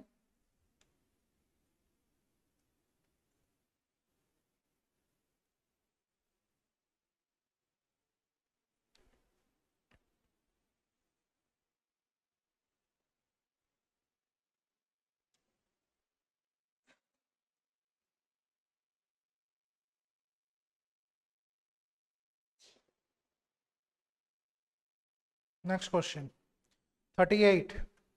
After this, two more questions left. अभी तक मानव लीडर बोर्ड पे टॉप पे है, देखते हैं बदलता है कि नहीं, कोई और टेक ओवर कर पाता है कि नहीं।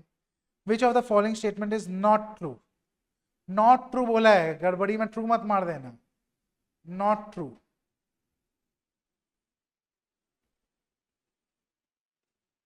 देखते हैं।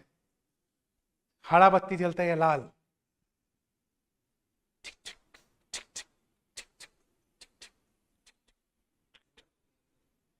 और ये जवाब देखते हैं। लीडर बोर्ड को हटाया गया, 50-50 है। आधे लोग बोल रहे हैं two indifference curve can intersect each other, ये गलत है, जो कि सही बात है, इंटरसेक्ट नहीं कर सकता, वो सही बात है। हाँ, क्वेश्चन, हाँ, विच of the which is not true, can intersect true है क्या? नहीं, फॉल्स है, तो यही होगा। फॉल्स मांगा है इसमें, हम बोले थे, हम पहले बोले भी, नॉट ट्रू मतलब फॉल्स। ध्यान भटकी घटी। Second last question coming on your screen now. आ गया, देखो देखो, वो आ गया।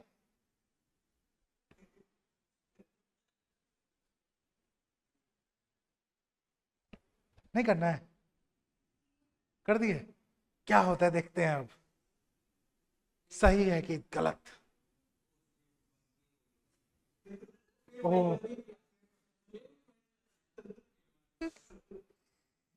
7 लोग ने सही दिया, किसने गलत किया? कौन है? विशाल? हाँ देखो, जब मुंडी नीचे हो और कोई अपना शक्ल छुपा के रखे तो समझ जाना कि वही है जिसके दाढ़ी में है तिनका। चलो, आखिरी सवाल आ रहा है आपके स्क्रीन के ऊपर, ये रहा। तो आज का आखिरी सवाल, the cardinal approach of utility was defined by, सबसे आसान सवाल सबसे आखिर में, ठीक है। पिया जी फिर भूल चुके हैं, उनको पता है और फिर भी यादें याद आती हैं, आंसर याद नहीं आती है। और हमारे आज के विजेता हैं, देखते हैं टॉप 3 कौन है। तीसरे स्थान पे हैं पिया, दूसरे पे है सुजल और winner is Manav. Very good, congratulation Manav, very nice.